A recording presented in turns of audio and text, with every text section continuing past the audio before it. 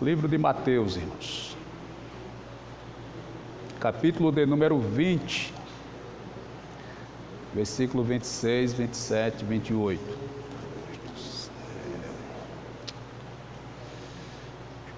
Diz assim, Mateus, capítulo de número 20, versículo do 26 ao 28 diz: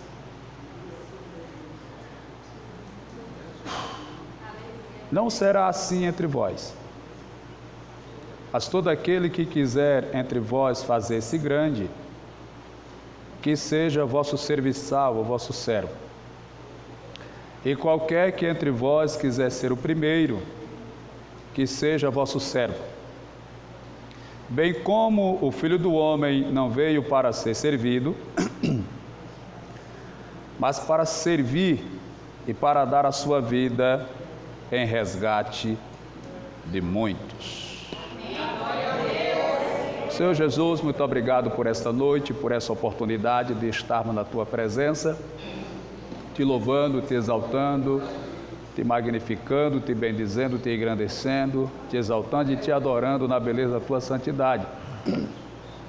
Faça-se presente entre nós, sobre nós e dentro de nós, e nos ajude para que desfrutemos do Teu amor, da Tua graça, da Tua bondade e da Tua presença. Assim, Pai, venha e a todos abençoe. Em nome de Jesus, é a minha oração, é o meu pedido. Amém. Deus abençoe a todos, pode sentar.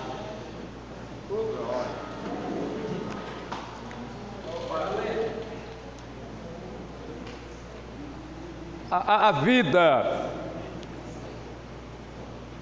ou a existência, ela tem 4 fases. A existência do ser humano na Terra é dividida em 4 fases. A primeira fase da existência é viver. A segunda fase da existência é reviver. A terceira fase da existência é sobreviver. E a quarta fase é o conviver. São 4 fases para a existência do ser humano na Terra.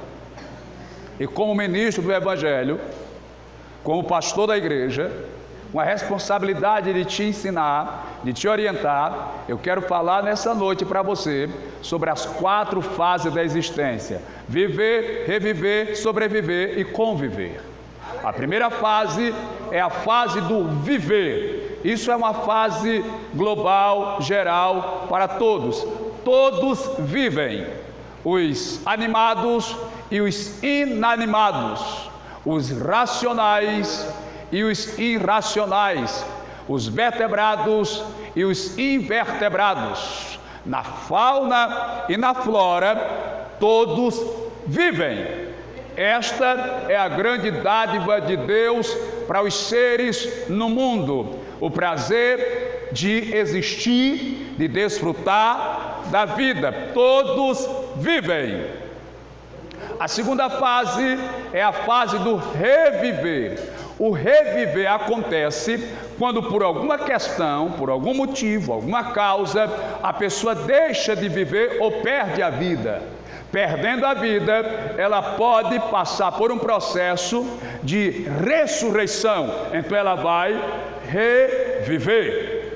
Não precisa muitas das vezes morrer fisicamente. Às vezes as pessoas morrem espiritualmente, morrem emocionalmente, morrem psicologicamente, morrem conjugalmente, morrem em outras áreas da vida. Perde, aleluia, o prazer da existência. Então precisa ser reavivado ou reviver. E nessa noite, talvez a sua situação seja uma situação que lhe cause morte espiritual, morte emocional, morte psicológica ou em alguma área, outra área da sua vida. Então nessa noite eu quero lhe apresentar aquele que pode lhe fazer reviver. Louvado seja o nome de Jesus. Pois bem, esta é a segunda fase, é o reviver. A terceira fase é a fase do sobreviver. Isso vai acontecer quando a sua situação, quando as suas condições quando os seus meios, quando as suas finanças, quando a sua saúde, quando o que lhe cerca acaba lhe tirando as possibilidades, as condições de você ter uma vida saudável, uma vida plena, uma vida de fartura, uma vida de abundância. Então isso vai causar uma situação aonde você não vai viver, você vai sobreviver. Sobreviver é quando as nossas condições, é quando os nossos meios não são suficientes para nos dar o prazer, a alegria. É quando a gente come, mas não come aquilo que gostaria de comer. É quando a gente veste, mas não veste aquilo que gostaria de vestir. É quando a gente mora, mas moramos no lugar que gostaríamos de morar. É quando a gente tem uma mobília na casa, mas não é agradável a gente. É quando a gente, aleluia, recebe algo, mas aquele algo não é satisfatório, não é pleno para nos realizar e nos fazer felizes. No entanto, a gente se mantém com aquilo. Então você não está vivendo, você está sobrevivendo.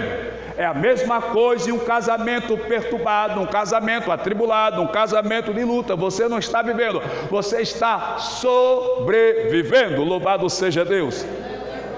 Essa é a terceira fase. A terceira fase da existência, ou a quarta fase da existência, é a convivência. Veja, viver, reviver, sobreviver e conviver. Essas são as fases da vida, essas são as fases da existência. Nós precisamos viver, reviver, sobreviver e conviver. E talvez a mais difícil seja a convivência, seja o conviver. Porque conviver é viver com o marido, viver com a esposa, viver com o patrão, viver com o empregado, viver com o vizinho, viver com o pastor, viver com a igreja. Conviver é viver com alguém, é dividir a existência que lhe é presenteada com mais alguém. Isso é conviver. Dividir a existência com mais alguém, visto que muitas das vezes a convivência ela gera alguns impasses, se fez necessário criar leis, regras, estatutos, para que a humanidade possa conviver de forma harmoniosa, de forma, aleluia, equilibrada, civilizada. Foi criada as leis. A primeira informação de leis escrita é a lei de Hammurabi, que é conhecida como a lei do talião. Olho por olho, dente por dente, mão por mão, pé por pé, vida por vida. Essa é a lei de Talião, criada por um rei chamado Hammurabi, para que a sociedade pudesse conviver de forma harmoniosa e civilizada. Foi criado assim o Código de Hammurabi para dar equilíbrio às pessoas, para não haver injustiça. Só que, talvez em todos os lugares não posso dizer que sim, mas em alguns lugares a lei ela não é justa. É lei, mas não é justa. É lei, foi sancionado, foi, mas às vezes a lei não é justa. A lei, na verdade, é um código que vai tratar ou traçar um meio para que haja um equilíbrio. Por exemplo, se alguém mata, qual seria o justo para essa pessoa? Seria morrer. A lei do talião, ela traria essa concepção. Se você matou, você vai morrer. Se você quebrou a mão de alguém, a sua mão vai ser quebrada. Se você furou o olho de alguém, o seu olho vai ser furado. Seria o justo, mas a lei, eu poderia até falar da nossa lei brasileira, não seria justa. Mas ela serve para dar uma satisfação. Por quê? Porque se alguém mata, ele não vai ser morto, não vai, mas vai se criar o meio termo para isso. Ou seja, ele vai perder a liberdade. é uma maneira de não tirar a vida daquele que matou e nem deixar a família do que for assassinado sem uma resposta, sem uma satisfação. Então é algo que vai causar um equilíbrio. É lei, mas não é uma lei justa. Então as leis foram criadas para trazer uma inteligência, um equilíbrio para a sobrevivência. No código da lei diz que o seu direito começa quando o meu termina, assim como o meu começa quando o seu termina. Isso é coisa de lei. Isso é tudo para gerar aquilo que é mais dificultoso para o ser humano na terra, é a convivência. Por que, pastor, a convivência é difícil? Porque temos opiniões diferentes, visões diferentes, vontades diferentes, desejos diferentes, pensamentos diferentes, entendemos diferente um dos outros, e assim gera-se esse impasse para a convivência do ser humano na terra. Pois bem, eu estou falando sobre viver, reviver, sobreviver e conviver. E estou no tópico 4, que é o tópico da convivência. Nesse contexto, o que a Bíblia vai nos dizer é algo que Deus determinou no Éden. Não é bom que o homem esteja só. E isso eu não vou aplicar tão somente ao casamento, mas no contexto geral. Você viver solitário, você está sujeito à depressão, você está sujeito à ansiedade, você está sujeito a suicídio, você está sujeito à tristeza, à angústia e à aflição da alma. Se você viver solitário, vai gerar em você depressão, estresse e ansiedade. O homem precisa estar em convivência, estar em sociedade, mas precisa ter um equilíbrio. Então Deus disse, não é bom o homem estar só. E ele faz uma cobrança tão abrangente, que ele diz para Adão: cresça, multiplique e encha a terra, para que haja companheirismo, para que haja presença de alguém, não seja uma vida solitária e vazia. Pois bem, mas nesse contexto, uma das coisas que nós precisamos entender é que o significado da convivência é o significado de servir. Servir. Hoje aqui o texto que li vai tratar sobre servir. Vai dizer que Jesus não veio para ser servido, ele veio para servir. Ele vai dizer que aquele que quiser ser o maior, seja servo, sirva aos demais. Aqui está o segredo da vida. Alguém citou a seguinte frase baseado nesse texto: quem não vive para servir, não serve para viver.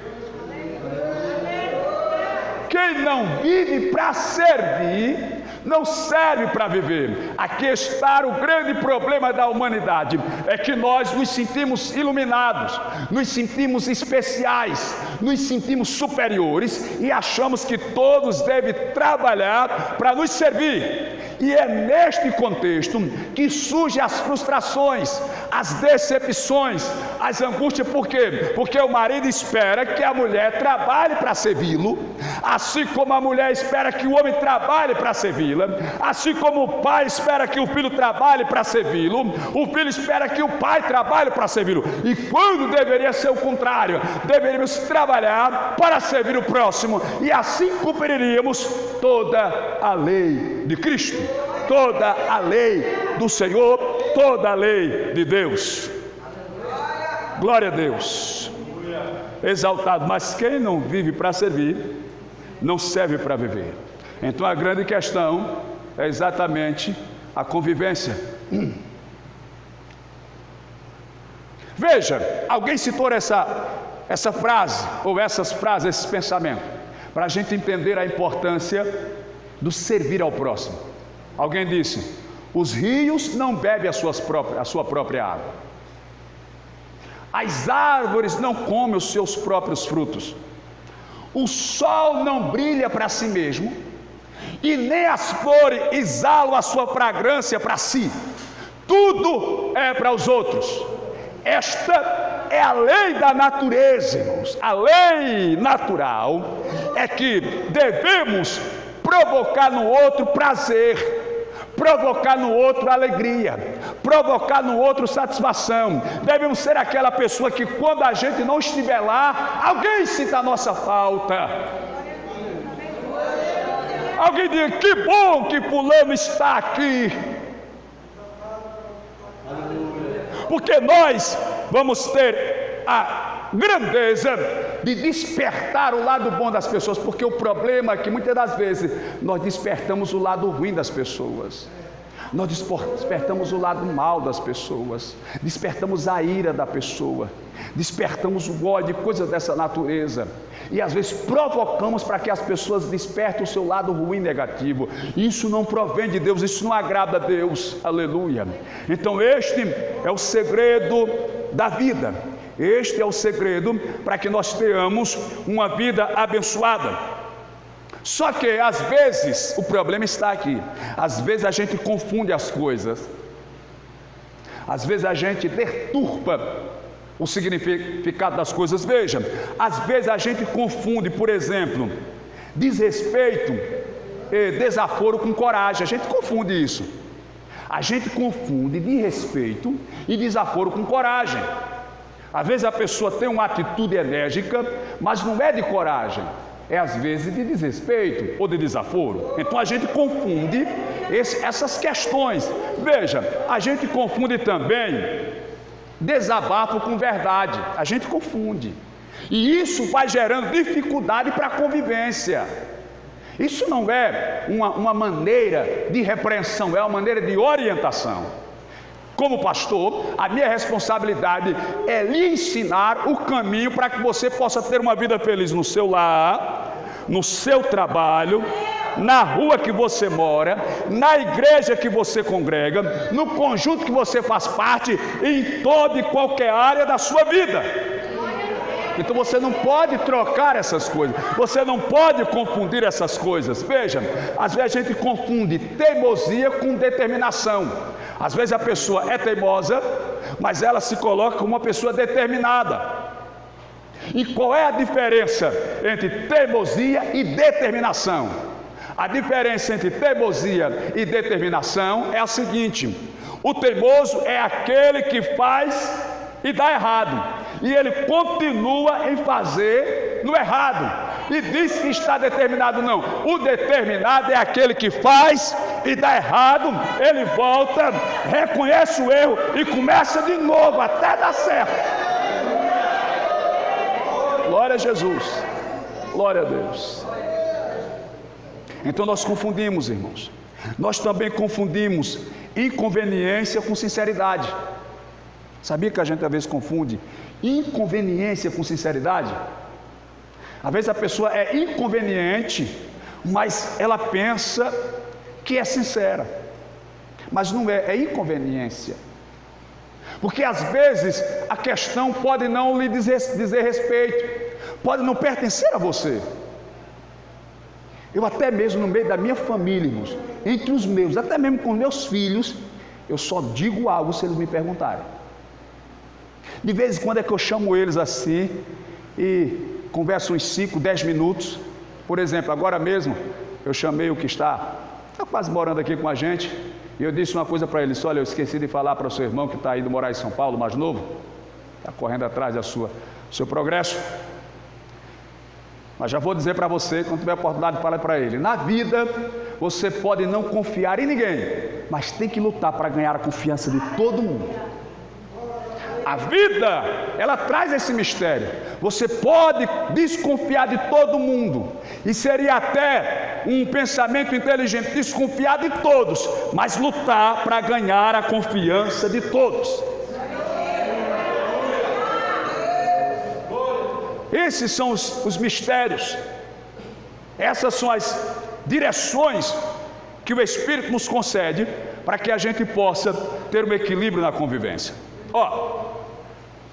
O apóstolo Paulo, quando ele escreve a sua primeira carta aos Coríntios, no capítulo 8, versículo 13, ele fala algo emblemático, algo interessante, que vai nos ensinar a ciência da convivência, do bem-estar, do equilíbrio. Veja o que ele diz no versículo 13 do capítulo 8: Pelo que, se o manjar escandalizar a meu irmão, nunca mais comerei carne, para que meu irmão não se escandalize. Deixa eu explicar o que o apóstolo Paulo está falando aqui. Olha, vou repetir o texto. Pelo que, se o manjar escandalizar meu irmão, nunca mais comerei carne, para que meu irmão não se escandalize. O apóstolo Paulo, ele está ensinando aqui aos irmãos lá em Coríntios o seguinte: ó, vocês têm que ter cuidado com a mesa dos ídolos, com o sacrifício aos ídolos. Se alguém chamar você para ir em alguma casa e colocar alguma comida, coma sem nada perguntar, por causa da consciência, não da sua, mas daquele que é fraco e está com você, porque ali pode ter alguma coisa sacrificada. Então, se você não está sabendo, você está livre. Mas se alguém falar, o que tem a consciência fraca, ele pode morrer espiritualmente falando. Aí ele diz: mas se eu comer carne, escandalizar o meu irmão, nunca mais eu comerei carne, para que o meu irmão não se escandalize. Você teria coragem de virar vegetariano ou vegano por causa do seu irmão? Pois é. Você pode até dizer que sim agora, mas quando alguém botar a bisteca lá,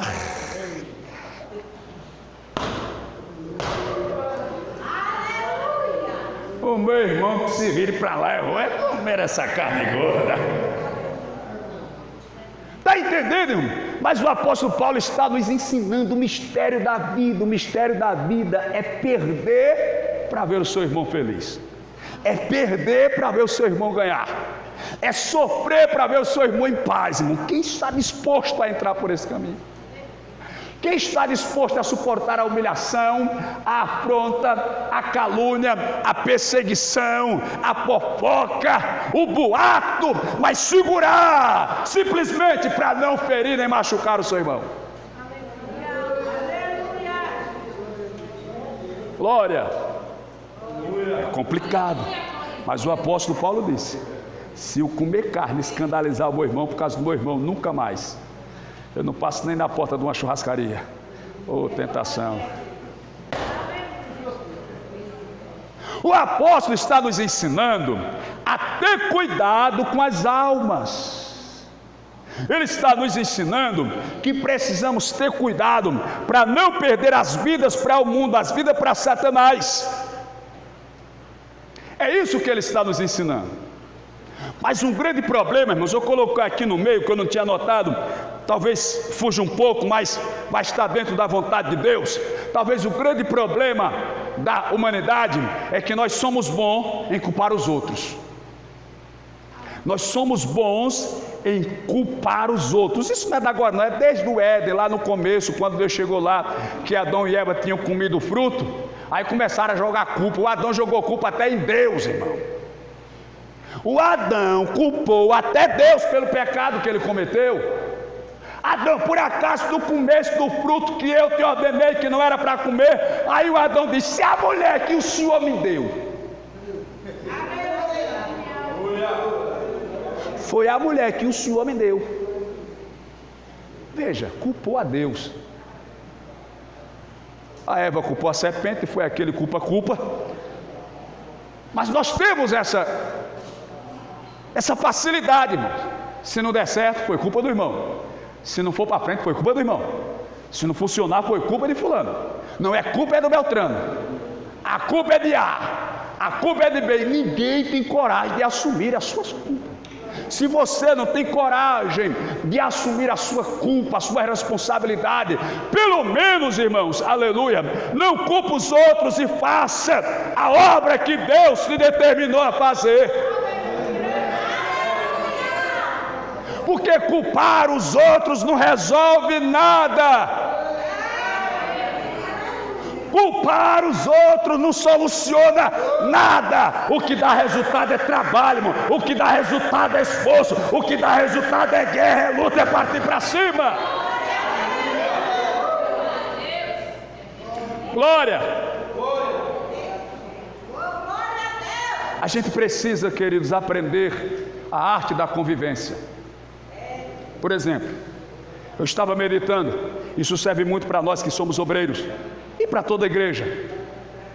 Fizemos aquele evento aqui, foi muito maravilhoso, uma coisa assim, de última hora, mas Deus abençoou maravilhosamente. Aí vamos supor, você chama pregador, chama cantor, chama departamentos, que vem de longe, vem de União dos Palmares, vem de Maceió, às vezes deles que deixaram os seus cultos, irmão, teve deles que deixaram o seu dia de culto e mandaram o seu departamento para vir cantar, para louvar a Deus. Aí eu chego aqui e começo a criticá-los, a humilhá-los, a censurá-los, a rebaixá-los, a destratá-los, desrespeitá-los, dizer que não sabe cantar, que não sabe pregar, que não sabe se apresentar. Qual será o resultado na outro evento? Não vem ninguém, irmão. Porque ninguém quer vir para um lugar para ser humilhado, para ser destratado, para ser rebaixado. As pessoas não entendem essas coisas, irmãos.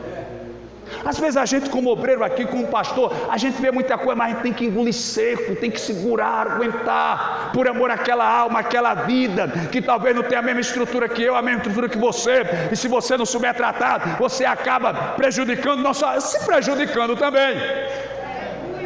Então são esses detalhes, irmãos, são essas questões que às vezes você pode olhar para mim, pode olhar para os obreiros. E por que os obreiros não tomam providência? Por que o pastor não toma? Por que o pastor? Porque às vezes, irmãos, o prejuízo que você está tendo com a situação é pequeno diante do prejuízo que você vai ter se você não souber resolver o problema. Às vezes o prejuízo que você está tendo é nada diante do lava-ferro que pode se criar se você não souber se portar e se comportar, falar, agir e reagir. Porque uma das piores coisas, irmãos, que pode vir sobre o homem é quando ele age pela emoção. Age porque está com raiva, age porque está triste, às vezes até porque está alegre. Você não pode agir pela emoção, seja ela de tristeza, de alegria ou de raiva. Você não pode, irmãos. Eu aprendi isso com o pastor João Vianney, o tio da minha esposa. Quando um filho dele fazia alguma coisa errada dentro de casa, e ele sabia que tinha que exemplar o filho, ele esperava 3 dias para poder bater no menino. Eu acho que se fosse eu que ia apanhar, eu queria apanhar na hora, porque eu já estava sabendo, né? Mas ele deixava 3 dias. Mas ele explicou por quê. Ele disse porque se ele fosse bater na hora, ele estava com muita raiva, eu poderia extrapolar, passar do limite. Então ele esperava 3 dias porque ele estava calmo, estava tranquilo, então batia de forma controlada. Porque a emoção, ela pode lhe levar a um ponto de descontrole. Então um dos grandes mistérios para o ser humano na terra, irmão, é saber controlar a sua emoção. Porque na verdade nós estamos muito preocupados em controlar a emoção dos outros, mas não a nossa. Nós queremos controlar o jeito que os outros falam, se está falando alto, se está agindo assim. Nós queremos, mas o nosso não. O nosso aqui, quem manda na minha boca sou eu. Eu falo o que eu quiser, como eu quero. Entendeu? Que aqui é onde está o problema. Porque deixa eu contar um segredo para você, meu irmão, minha irmã. Você nunca vai conseguir controlar a emoção do outro, mas a emoção do outro, ela vai ser controlada se primeiro você controlar a sua.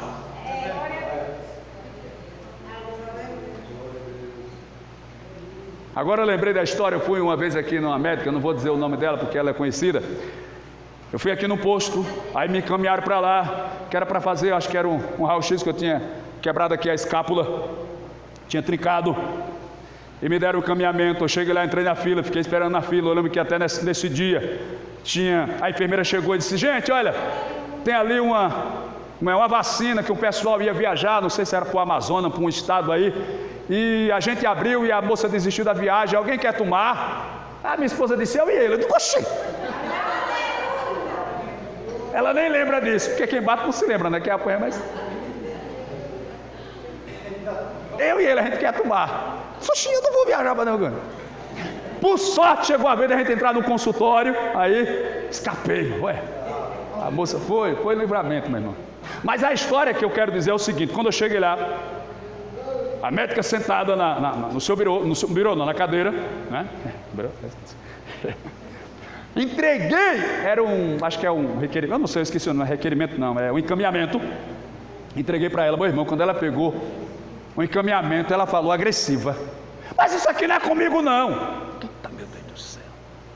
Aí eu estendi a mão suavemente: me desculpe, doutora, pode me dar.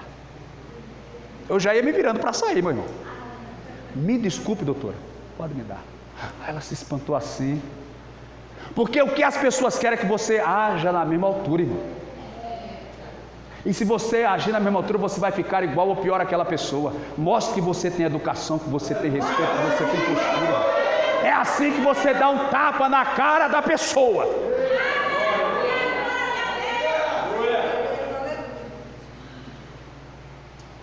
Ela se espantou quando viu a postura. Andréia! Aí chamou por um André, que eu nem sei quem é essa Andréia. Leva esse menino ali, esse moço, esse rapaz. Ajeita aqui o encaminhamento. Obrigado, doutor.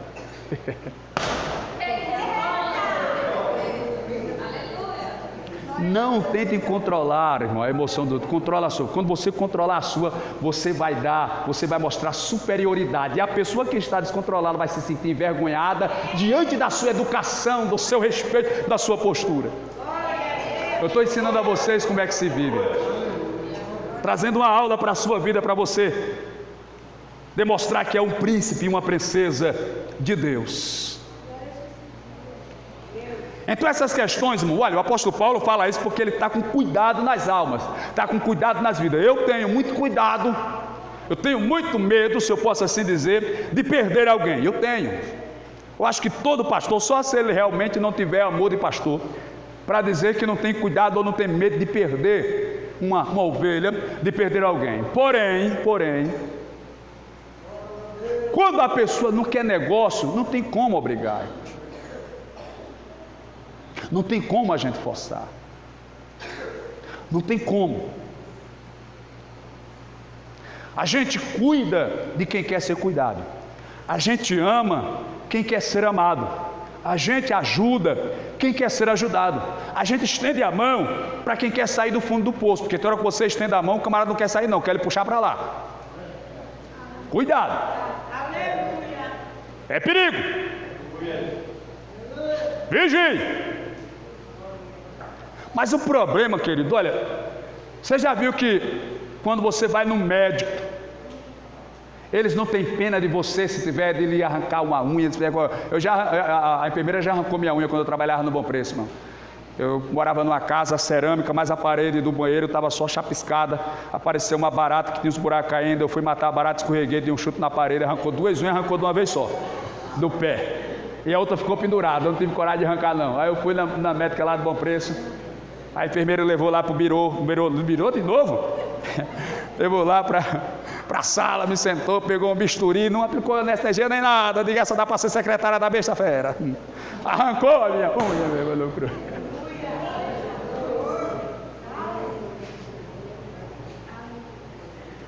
Então você já percebeu que os médicos, eles são meio calejados, é porque eles já estão acostumados com aquilo ali, já não sente mais, já entendeu? A estrutura psicológica dele já está. E tudo da mesma forma, às vezes a gente como pastor, a gente passa por tanta situação que a gente fica calejado.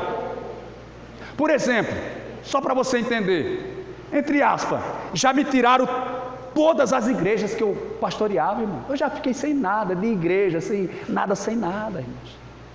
Entendeu? Foi a irmã Bilene que um dia olhou para mim quando eu comecei aqui, esse bichinho do pastor está acabado. A senhora lembra que a senhora falou isso? Porque eu fiquei sem nada, meu irmão. Entendeu? Então a gente fica calejado.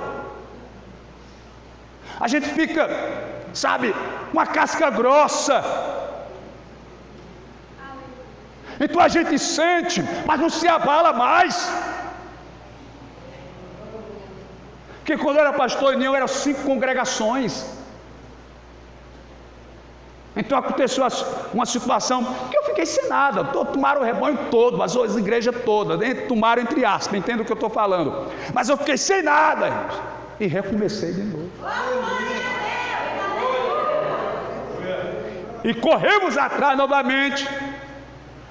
Então, querido, você tem que ter essa compreensão, que às vezes a gente fica calejado, sabe, fica com a casca grossa, com aquela cicatriz já fechada, sarada.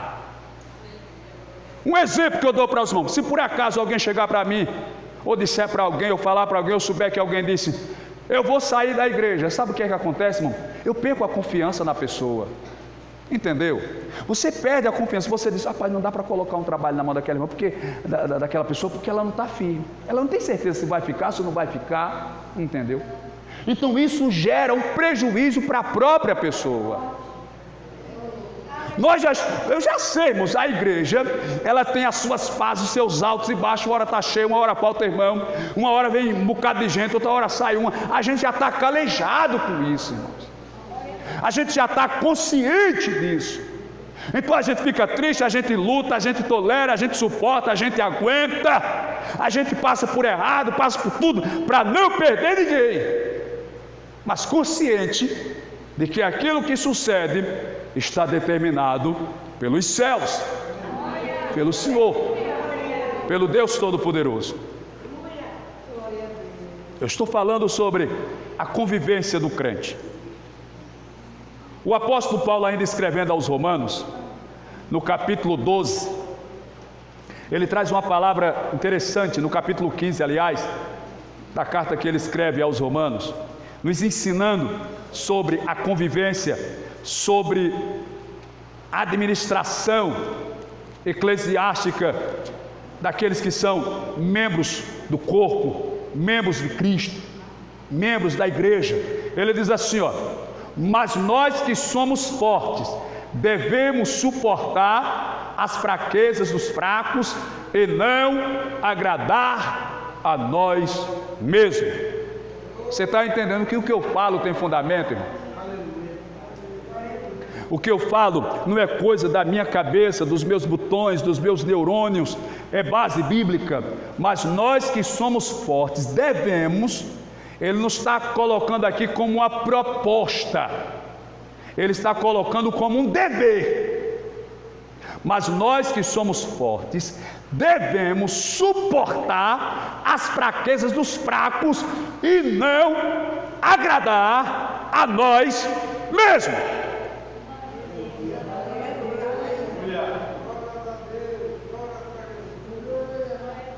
Aí você está na mesa, hora do almoço, falar de comida de novo. Eu não tomei café não, acho que é por isso que eu estou falando tanto de comida.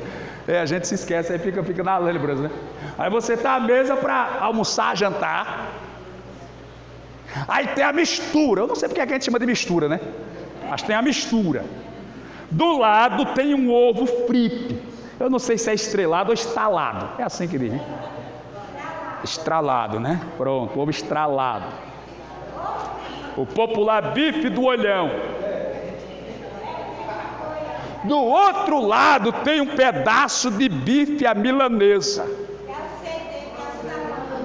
Não, esse aqui é o bife mesmo. Não, espera aí, minha senhora. Mas esse aqui é o bife mesmo. A molho madeira, não sei nem o que é isso. Tá ali, o ovo estralado e um pedaço de bife de meio quilo. Aí alguém chega para você e diz, pode se servir, escolha aí, qual é que você quer?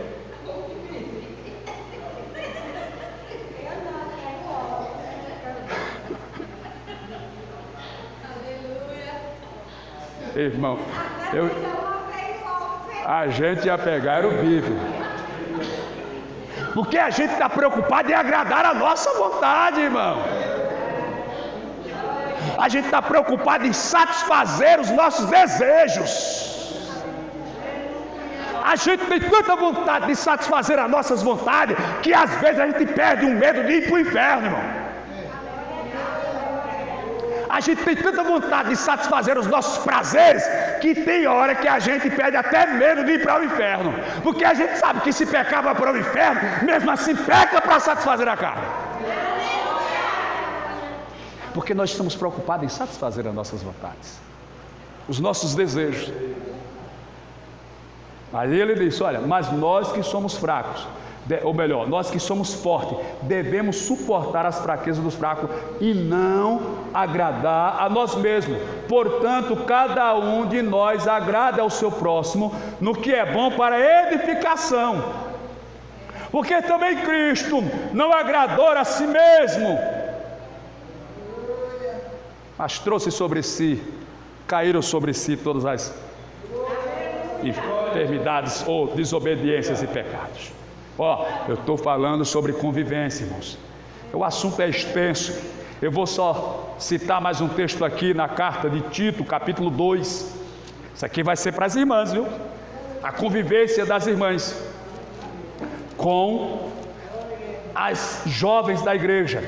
Veja o que é que o apóstolo Tito, ou o pastor Tito, vai nos ensinar. Deixa eu achar aqui a carta que eu não coloquei o marca-texto. Pronto, achei. Capítulo 2, versículo 3, 4 e 5. Estou falando sobre convivência. A responsabilidade da igreja, dos membros. O cuidado uns para com os outros. As mulheres idosas. Aí, idoso é a partir de que idade? Deixa para lá. 120? Pensei que era 120. Aqui não tem nenhuma idosa não, nenhum idoso mesmo. A partir dos 60, daqui a pouco eu chego lá. As mulheres idosas, semelhantemente, que sejam sérias no seu viver. Porque tem umas idosazinhas que querem andar toda arrochadinha. Mas, tá pensando que não tem não, é? Não tem.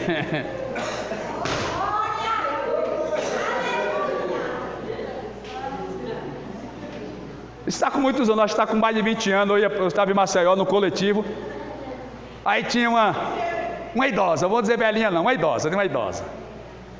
Uma roupa, meu irmão, transparente, que só... Ela estava assim na minha frente, aí se levantou do ônibus, toda... Meu Deus, e a gente quase nu e o calor matando. Foi, meu irmão. Tá por fora, meu irmão. Aqui não tem porque sou um crente, mas se não fosse crente, não nem...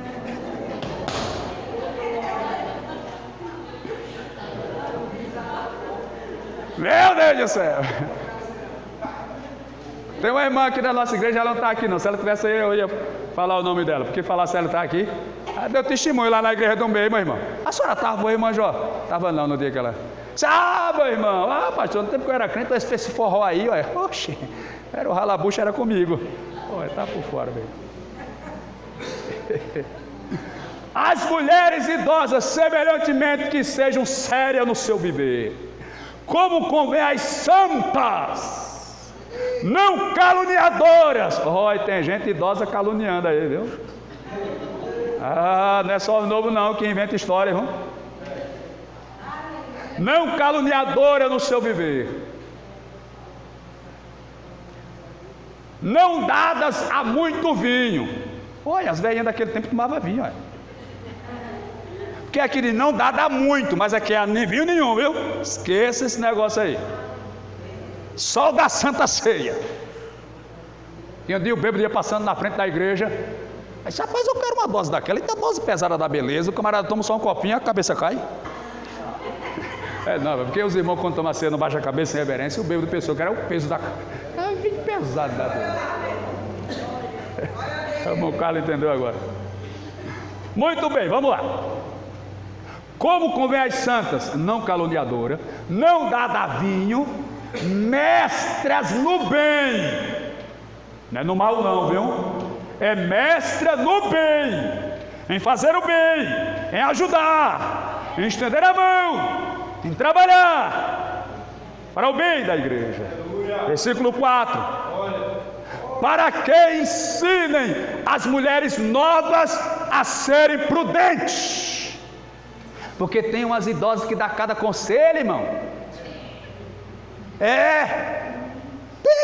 Você está por fora.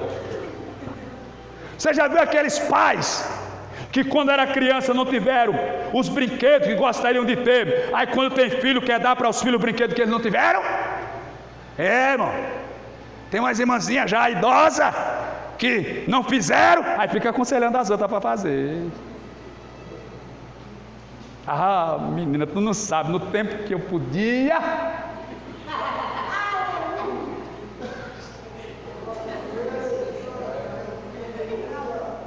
Jesus vai te pegar, irmãzinha. Para que ensine as mulheres novas a serem prudentes. Veja que prudência é algo que se ensina, irmão. O problema é que tem gente que não quer aprender a ser prudente. Mas prudência é algo que se aprende, irmãos. Conhecimento é algo que se adquire. Sabedoria é algo que Deus dá. Mas as idosas devem ensinar as mais novas, irmãos. Aconselhar, orientar. E sabe qual é os conselhos que tem que dar? Olha aqui, o conselho está aqui. Amarem seus maridos. Você que já tem uma idade madura, ensine as novas a amar os seus maridos.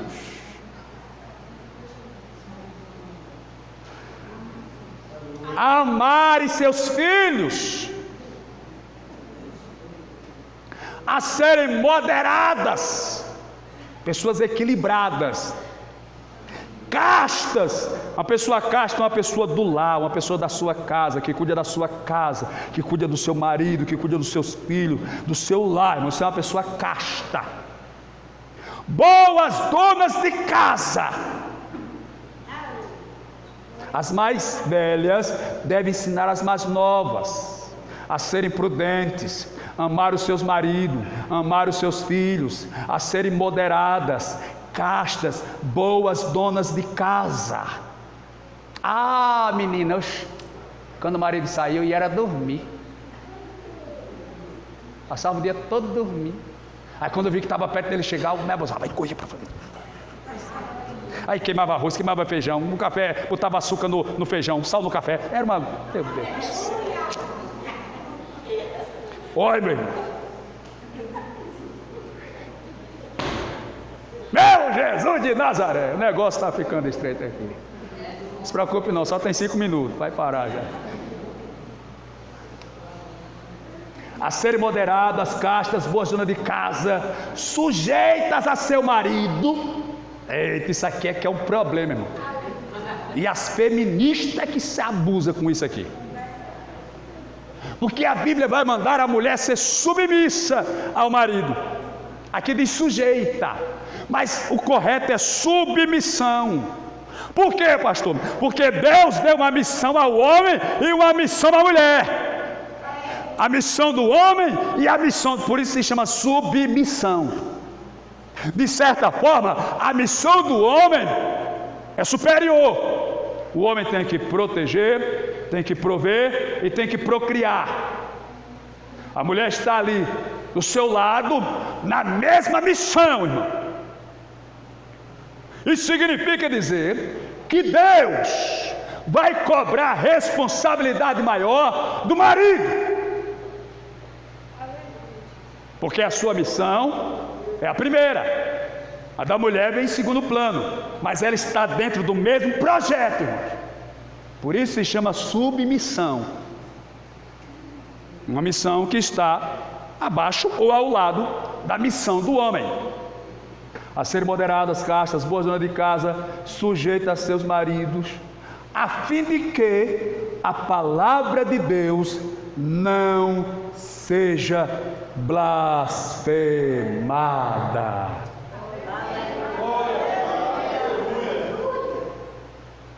Porque se a mulher casada, crente, não seguir essas orientações, o mundo vai blasfemar a palavra. Tu viu a irmãzinha, o marido dela sai, menina, ela bota o shortinho da Carla Pérez, rama as amigas e vai para a praça. E passa por aqui parecendo uma cascavel. Cascavelando.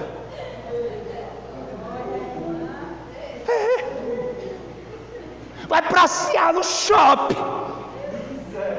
O marido se acabando, trabalhando, batalhando para dar de comer a triste, e ela no shopping olhando os malhadão lá.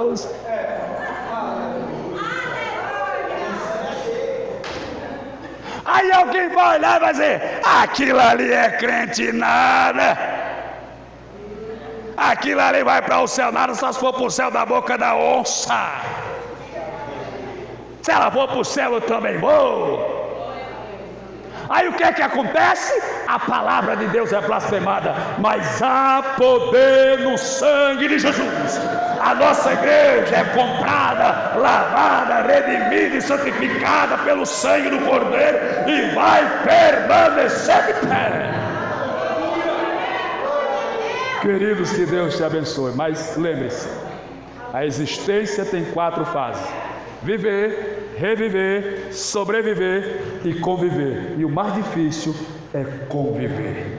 Mas se você buscar o Espírito Santo, a Bíblia diz que todos os que são guiados pelo Espírito de Deus, esses são filhos de Deus. Então, se é difícil a convivência, procura o Espírito Santo, que Ele vai te guiar e te orientar para que você tenha uma vida próspera, abençoada, de vitória e de sucesso.